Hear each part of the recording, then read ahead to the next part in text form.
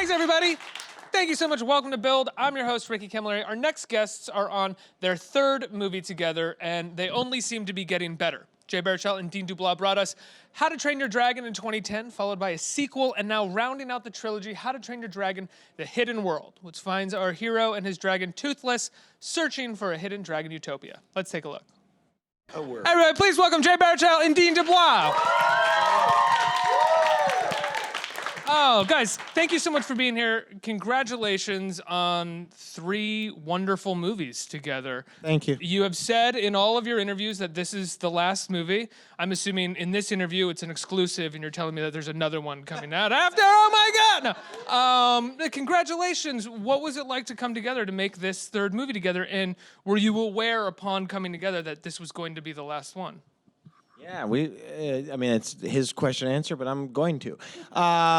We've been aware of this since the very first time we met, and we knew way back when we started doing the first one that this was always how we saw it, as 3 chapters, and this was specifically the ending that had been in mind the entire time. Yeah, true. I mean, when we jumped onto the first movie, there was very little time to make it. In animation terms, we had just about 14 months. So we had no idea whether we would ever get a chance to do a sequel. We weren't even really focused on it. We just wanted to make a movie that succeeded for the studio. But you had an idea for a layout for 3 stories? When they started talking about a sequel in the wake of its success, that's when I pitched back, well, let's do a trilogy. Let's do 3 acts of one story that'll take Hiccup from the kid we meet, sort of Viking runt that couldn't do anything right, to wise, selfless chief by the end of it. And along with that, we would explain what happened to dragons and why they are not here anymore. Now, it took us like 5 or 6 years between each movie, right? Well, the first one, as I said, took about 14 months. Yeah. The second one about 3 years, and this one took almost it was about 4.5. Why is that? Various things. The studio changed hands. It was a publicly traded company that became part of the Comcast family. So we ended up with. I love it so much. Like there's a group of kids in the audience. Like, oh, that makes sense. Yeah. How to Train Your Dragon 3, Comcast had trade over. Fair. New bosses and just a lot of changes within the studio that gave us more time to work on it. So 3 movies together, I imagine a lot of time spent in the voice booth for you with this guy. What was it like on the last day together? Did you know that was going to be the last day? No, we never do. And even if we did, I don't think you or I were aware of it until we were done. And like, I don't know if that's just down to both of us being Canadian and being like wired to never make a fuss about anything, just like raised to just, so it was precious little fanfare at all. It was, all right, oh, holy smokes, is that it? Yeah, I think it might be. Wow, 12 years. Wow, holy smokes. It was nothing. Went into like a very clear Canadian impression on that as well. It was true, though. That was pretty much the conversation. And then actually, technically, the last recording for Hiccup was done on a personal voice recorder because he came up to Toronto. We did like a preview during TIFF last year, and he came up a day early very kindly to show me the flick where it was at, and it was incredible. And there was still work left to be done. And so as we were about to go on stage for this like preview thing, he's like, hey, can I just get you to say, well, what did I have to say again? It was, look, I'll figure it out. I just need more time. Yeah, so I just said that into a tape recorder, and that is the last time I ever played Hiccup, pretty much. Yeah. You don't need like a whole audio booth to do that? You can just get it in a tape recorder somewhere? We did it in a little podcast room inside of this movie theater complex. And the worst part about it is, Jay hadn't seen anything. He'd only read the script and done a lot of voice recording for us, but we screened the film for him and a few of his friends. And right at the climax of the movie, the entire theater complex shut down. So it was just awful. And I was like in it, and I was like super psyched, and then it went out, and I was like, oh, that sucks. I look over, and he's just like, it's like of all the times like power could have gone out, It was literally at the You're like almost crying right now. I know, because we almost had him crying. And then all of a sudden the power went down, so we had to start all over right at the climax. That's a very frustrating thing to like earn an emotion through an hour plus of film, and then all of a sudden the power just goes out. Right, normally, after an hour of it being out, you'd be like, that was fine, that was good job, guys. But if you got emotional about it, it's still working. Dean, what about you? Was it emotional for you when you locked picture on this, when you finished this? It's a huge chapter for Jay's life, but I mean, he's also coming in and he's recording voice. You are writing, you are directing, you are with the animators for years on end. It's a humongous thing. I mean, this is about 10 years of your life now, right? Yeah, no, I'm really proud. Like it's a bit bittersweet because the team that made the movie, about 350 people, we're all sort of disbanding and going on to different projects. We may never work together in this capacity again, so that's a little sad, but at the same time, it's a real feather in our cap because we set out to make 3 films and we wanted them to be of the same quality for every one of them, and I think we accomplished that. So it's time for something new. Got to stay creatively fresh. You know, I'm always fascinated by animated movies and how well they can tell a story. Not just How to Train Your Dragon, but the good animated movies tell stories beautifully. And one of the ways that they do it is sort of knowing the mechanics of story very well, because you are telling family stories, you are telling stories for children. People have to understand the hero's journey, essentially, but you want to entertain everybody. With How to Train Your Dragon and the production of these, is it the type of thing where you write a script and then you can kind of figure out more as you're animating and rewrite and re-record things as you go along to figure out how to make the story better and better? Yeah, certainly. I think we start with a script that gets everything going, and I do several iterations, but once we start assigning people to the movie and it becomes this living, breathing thing, then it continues to evolve, and we continue to get notes, and we even start testing testing the movie with an audience, a recruited audience at some point. We get their feedback. How early in the process do you start testing? Like, what does it look like? I'd say a year out from the release is when we'll have multiple screenings, and we'll just gather families and teens and youngsters and adults and poll them afterward and just say, what did you think? Did you follow The it? animation looks... I come up and I scream, "Did you hate it?" You get really honest reactions. You're waiting outside the theater door, like... But I'm curious, what does the animation look like a year out when you're showing it to people? Because that would that would terrify me as if you're showing someone like, tell me what you think of this. It's not done, but tell me what you think.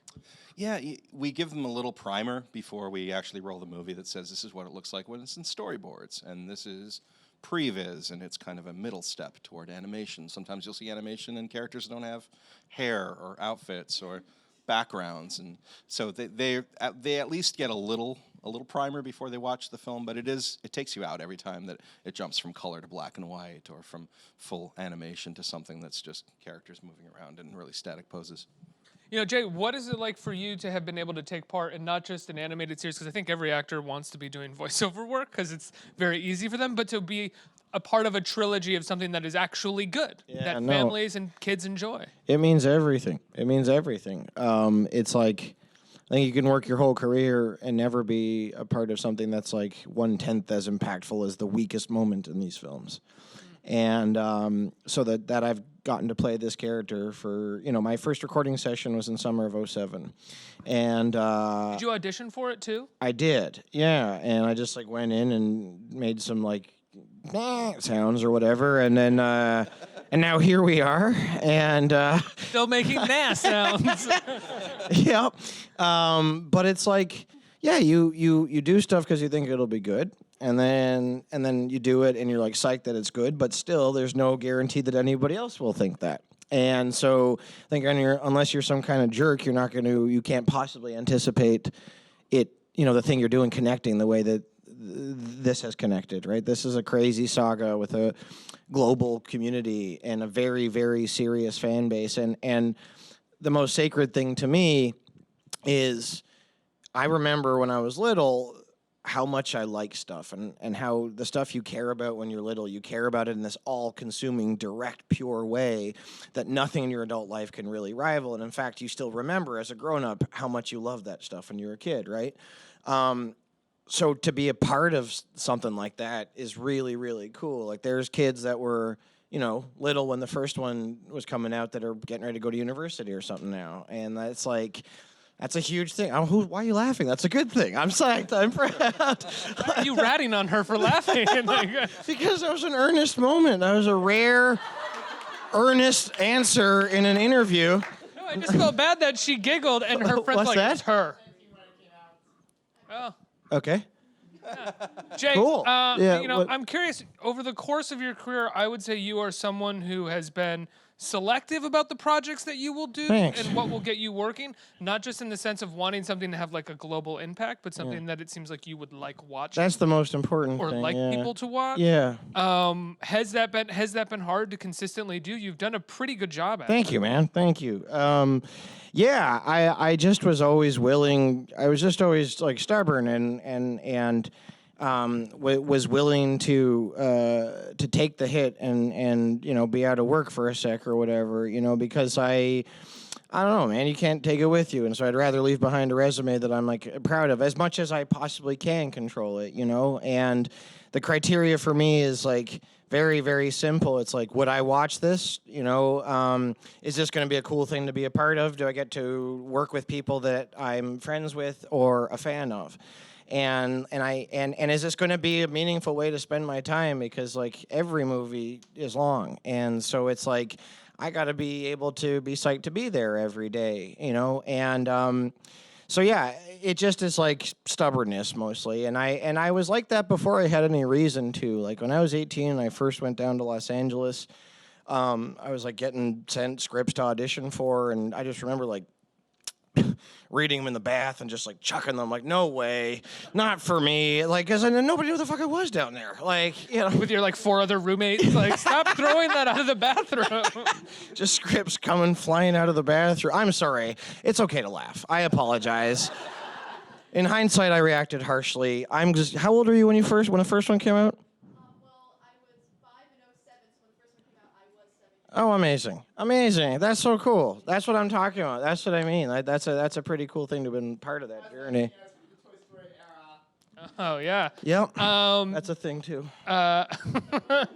What has your working relationship been like with Dean, and what has he as a director taught you as a director? 'Cause you're a director now as well. Oh, thank you. Technically, no, it's Got The Last Goon, and you've got another movie coming I out do as well, indeed. right? I just always put air quotes around it because I don't feel I've earned it. No, that's not true. I feel weird. I'm just like I get uncomfortable. The point is, Well, it's the jerk that's like, I am a director. that's it. And you don't wanna That's what it repeat- is. yeah. Thank you. I take issue with that because it's all I've ever wanted to do, and I have a great deal of respect and reverence for it, and I still can't believe I got to do it. But no, I've gotten to have this amazing working relationship and friendship and sort of mentor relationship with, like, for my money, one of the world's greatest living storytellers, man. There's like, and he has such an innate understanding of what a story should be. And I have learned a tremendous amount from him, and I'd like to think, like, I know I'm a better actor for having been directed by Dean, and I'd like to think I'm probably a better director for having gotten to work for him as well. Oh, thank you. Dean, has it been, telling a story over the course of 3 movies, having an idea as to where it's going to end does not necessarily mean you have all of the ideas for how to get to that ending. How hard has it been as a storyteller to figure out how to make everything authentic, to make everything work as a story, but at the same time work for fans as well? It's very tricky because you don't want to repeat yourself. You don't want to certainly disappoint our rather rabid and vocal fan base. It's a great pressure because we hear from them, and we knew in this story that we were going to separate this duo that they've come to really love together, and we had to do it in a way that would carry them along emotionally with every decision. And we went at it at our own risk. But I think the great thing about working with someone like Jay and a lot of the people who I work with every day is that we keep each other honest. And I would give him an early script, and he'd react to it. I would give him ideas for dialogue within the script that I would write, but I always know that Jay could then take it and shape it and give me something back that would be more sort of inspired and spontaneous. And it's often his lines that actually made it into the movie. Was that something that you knew you would get from him when you first auditioned him, when you first started talking to him about the movie? So Chris Sanders and I we worked together on Lilo and Stitch. We joined How to Train Your Dragon quite late in the game. Jay was already on the movie, along with most of the cast and our composer and several other folks.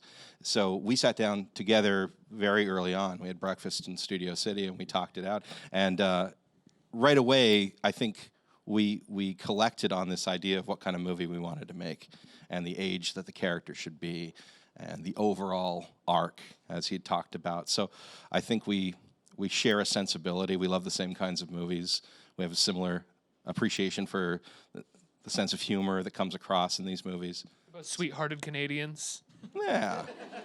There is something about, like, there's something very comfortable about knowing that Jay's Canadian. Yeah. Really? Yeah, because I just think there's like a brethren there. You know, it comes from, we grew up about an hour and a half away from each other, and there's a sensibility, there's a way people treat one another that is honest, and it's kind, and it's not manipulative or in any way two-faced. Look in my eyes when you say manipulative. I can tell what you're doing there. But, you know, in a place like Hollywood, there can be a lot of artifice. And I know that I'm sure it's blowing everyone's minds here that Hollywood is fake. I think I get an honest reaction from Jay at all times, even when he's sort of, you know, done with it and getting a little kind of curmudgeonly. I know that it's honest, you know. I know that he's given what he came to give, and that we're pushing him too far, and so it's just sort of a mutual respect. When you say that, when you came together, you knew the kind of movie that you were going to make was something that the both of you shared on, or really felt passionate about. Was that also about the process as well? That the two of you knew the way that you wanted to make a movie together. You knew how that process would be together. I don't know. I think we kind of just found it. I think we developed a shorthand pretty quickly, and it was just like I got along with him real well, and I was like, I trust this guy, and he saw so much more in the story than what the previous version was. What we had already been recording and working towards, would have been lovely and fun, but it wouldn't have had half the weight that what he saw, the version that he saw did. He was like, I think this should be Tolkien and Star Wars, and I think this should be big classic mythology, and that means real risk and real cost, and it can have a darkness to it, and all these different things, and it's a cliche, but he just saw a sort of much more epic version of it, and I was like super on board, and so once we got in there, we kind of just rock and rolled, and it all made sense pretty quickly. One of the sequences of this film that I loved was the sort of romance sequence, the montage. I don't want to give too much away, but the montage of the kind of the two dragons flying together, and I loved that sequence so much. It was, as an adult, it was really funny but also beautiful, and I could just hear children in the theater going oh, like the whole time. It just works like gangbusters. Yeah. Can you talk about coming up with that idea and putting that whole sequence together? Yeah, I think you're touching upon something that we identified from the start, which is we had John Powell, who's an amazing composer, and we have these really masterful animators that thrive in pantomime. So to create sequences where people just stop talking and you let the music carry it and you let the wonder of animation take over, those tend to become our most iconic sequences. If you look back at the first movie, that moment in the cove where Hiccup and Toothless are sort of dancing around one another and come to finally contact, we call that forbidden friendship, that sequence. It is the most iconic scene of the film. And it's all based upon my love of Black Stallion. It's all based upon that beautiful Caleb Deschanel photography of the boy and the horse coming together. So it's our variation of that, and we thought in this movie it would be nice to carve out a couple of moments where we could just cease talking and let the interaction of these dragons and all of the study we did into animal courtship rituals, bring this moment alive, this courtship, in a really kind of beautiful way that stands out, that becomes exemplary of the movie. So when you're going into that sequence, you're going into it hoping that it could be one of these iconic... I mean, I'm sure you're hoping that every sequence could be an iconic sequence, but you have an idea of, like, this has worked before, let's do a variation on how this works for our audience. Yeah, I definitely wanted to craft entertaining sequences that didn't require dialogue or even human characters, and then throw it to John Powell and say, now do your best. Yeah. absolutely. bring your power of music to it, because when it's well done, it transcends words and it touches your heart in a way that no other storytelling means really can. Music just has that power. Yeah. Let's get some questions from our audience. We have some questions out here. Who has a question? Hey guys, awesome Hi to there. see you. All right. So Jay, you talked earlier about like loving something so wholly and completely when you're younger. Yeah. For me, that was The Sorcerer's Apprentice. So What? Yeah. Are you serious? I watched it over and over. Really? Again. Yeah. Nick Cage? Oh my God. Thank you. That's really cool. Oh, more of those, please. Yeah, Continue. Sorry, that was weird. I ruined your question. Ask No, it your was question. great. It was great. So my question was, since you were like involved in this movie for like 12 years, like as an actor, how do you like keep it interesting for yourself? Like, did you like learn any insights about Hiccup that you didn't like expect to learn? Yeah. Oh, that's a cool question. Add to that, how much has Hiccup become an extension of you as well? Yeah, become. Yeah, a great deal. Well, it's weird. It's like, I don't know that I can put my finger on it. It's not something I'm aware of as it's happening because, in addition to the 3 films, we've also done many seasons of the TV shows and such. And so nice. So I've never gotten rusty, right? Like there was never time off from Hiccup enough that I would forget who he was or what he was like, What's really exciting, though, is being able to step back and see the entire breadth of it and to see where we kind of started and where we've ended up, And I'm incredibly, incredibly proud to be connected to him because I think Hiccup represents something pretty special. I think that he's a square peg born to the margins, at odds with the society he's born into, who by the end of this saga is like a sort of reluctant leader, and I think the world needs more reluctant leaders. I think people that want to lead, we should be somewhat fearful of, and I think the world could do with more kind of people that just answer the call because the circumstances dictate they have to. But yeah, I lose track of where I end and he begins, and and I've never played any character as long as I've played this one. So yeah, it's gonna be an adjustment. But back to Sorcerer's Apprentice. What was it like working with Kage in that movie? Yeah, you're gonna hate this answer. It was terrific. I'm sure it was awesome.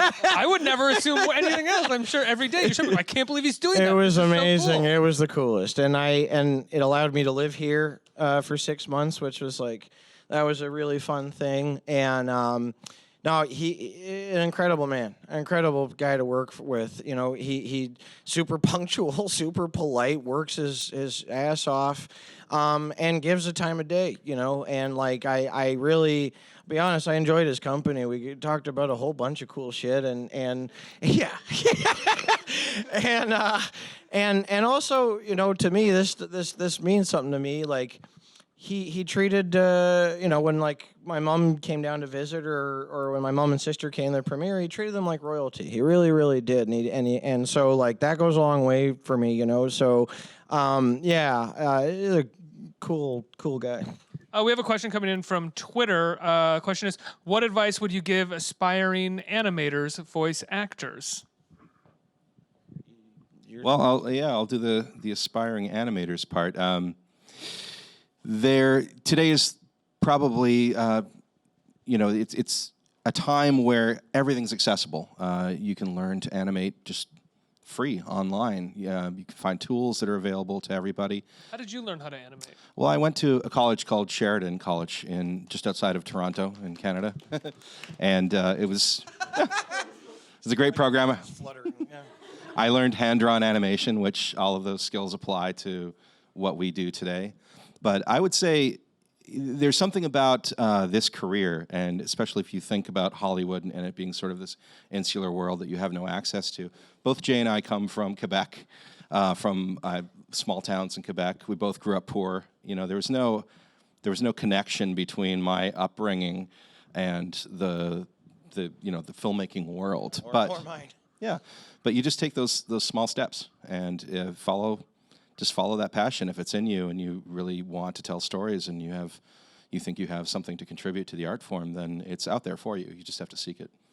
Jay, how did you make it to LA when you were 18 years old? I was very fortunate. I got hired. I did a show called Undeclared when I was 18 that brought me down from Canada, and it was only like that was like my second American gig ever. When did you decide that you wanted to be an actor? So I started my first day on set as an actor was summer of 1995 when I was 12, and I think my first gig was getting killed in the opening of an episode of Are You Afraid of the Dark? If anyone remembers that. But how did that happen for you? Because you just kind of alluded to the fact that like Hollywood acting movies was just sort of nowhere near your family. My kind of way in was, you know, so from the age of 9 on, I'd been saying I want to direct horror movies and action movies, and I was also kind of always a kid that talked too much, and so when I was like 12. My dad saw brochures for like a kids acting class thing once a week, and was like, "This will probably get my willies out, whatever." And so he sent me there. And Go talk here. Exactly, he can go talk there. And then some film students at Concordia University in Montreal were making a movie, and they needed kids, and so they came to that like kids acting class and asked if we wanted to audition to be in a like movie. It's of course a student film, but you know, a movie's a movie if you know. And so I did, and I got the gig, and then I like met some like full-time actors on that set who like recommended me to an agent, and then it kind of just happened, and then I just started going out on auditions when I was 12, and but still, even if you're acting in, you know, Canadian children's TV, I need to stress that Hollywood still seems like miles and miles and miles away. You know, it is effectively obscurity by American standards. Like when I came down to LA when I was 18, you know, people were surprised at how comfortable I was on set or in that environment, but that's just down to experience. I had been on set for 6 years at that point. The only difference was nobody down there knew what the hell any of those things were that I had done. But it was great sort of experience and training, and then yeah, eventually got a job that brought me down there. Let's get some audience questions. Who is it? Right here. Hi. Hi, my question is for Jay. We've seen, I think it was touched very basically in the beginning, that we see Hiccup in the beginning as this 12-year-old boy who doesn't fit in, and then we see him come and he fits in finally, and we watch him grow from a 12-year-old boy to 20 to 21. How did you connect, and how do you really like get Hiccup at each stage, kind of? Yeah. Yes. No, that's a very good question. So when I was doing the first one, it was all just remembering where I was at, you know, end of elementary school, beginning of high school. Because, like, you know, where I'm from, boys play hockey and stuff, and if you don't, then, like, that's a thing, right? And I just had no interest, and so I was, like, much more interested in watching movies and reading comics and stuff. And then God played a cruel trick, and when I was 12, everyone was allowed to keep growing except for me.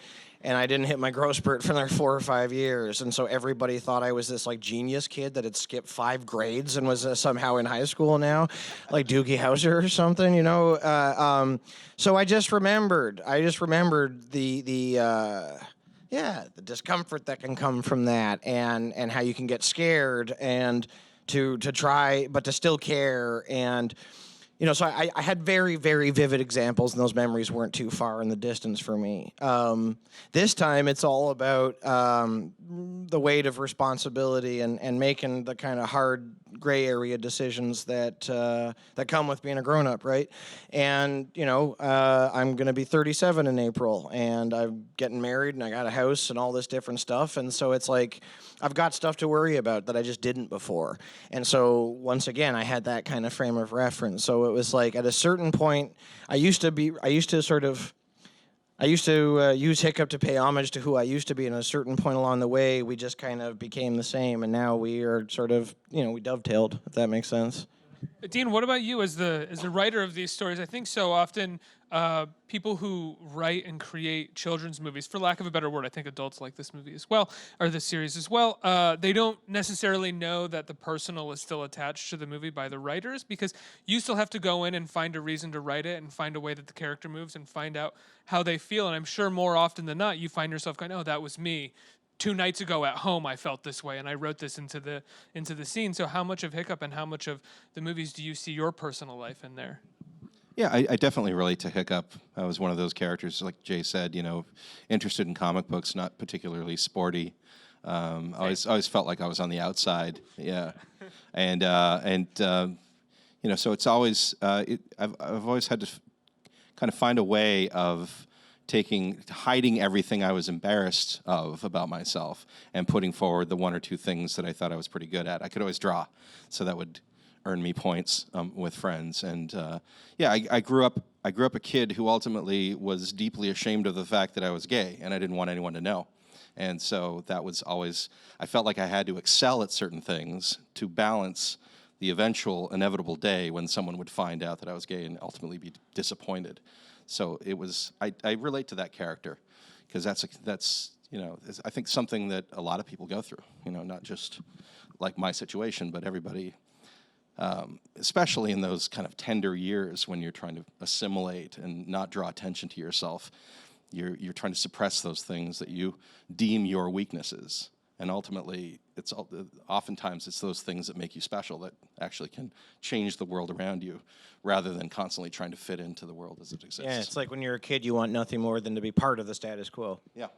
Well, you're trying so hard to hide your voice, and it's not. And the only thing that's gonna get you any kind of success or acknowledgement, especially in entertainment, is finding your voice and having an original voice to show to the world. Yeah. And so I think the way we approach it, this is animation, and sure, it's meant for a family audience, but to me, it's a medium. Yeah. It's a medium capable of any type of story, mature or childish, and we try to strike the balance where we make the film we want to see. What would we pay to see? What excites us as adults, and put those mature themes into the movie, but without forgetting our younger audience as well. So, these movies roll out, and almost immediately everyone sort of dismisses them as kiddie fare.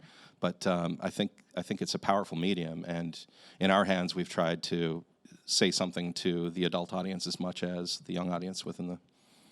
I think we have time for one more question right here. Hi. I want since all the movies play upon a similar theme of sacrifice, but their narratives never retread. I wanted to know how do you maintain those consistencies as a storyteller, and also how do you get an incredible name like Roger Deakins to get involved as a visual consultant? I'll answer the Roger part. We collectively.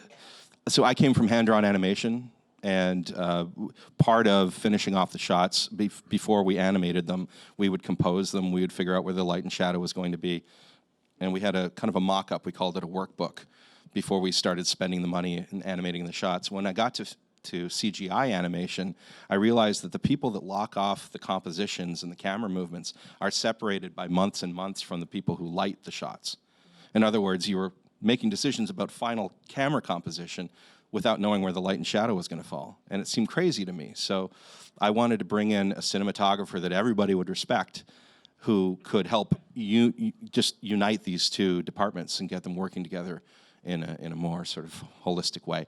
And so we extended this invitation to Roger Deakins to come spend time with us. And he decided to join the whole show. In fact, he joined all 3 installments of the trilogy. So it's a master class of working with a guy like that, because he's got so much, such a filmography and so much sophistication and taste and this live action sensibility that we were striving for, that every time he comes in, just in his own soft-spoken way, it just becomes this wonderful masterclass. Deakins is really the guy that you bring that no one's going to screw around with. 800-pound gorilla, yeah.